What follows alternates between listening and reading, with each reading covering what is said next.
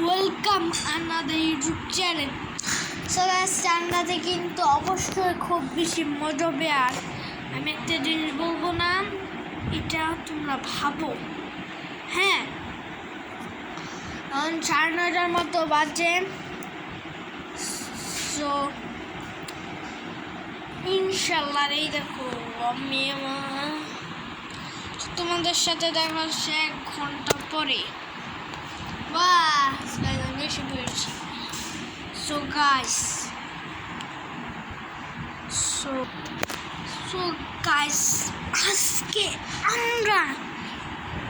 আজকে মূলত কালকে একটা গাড়ি যাবে, পিমিও যাবে, বাসা থেকে বাইরাবে পিমিও।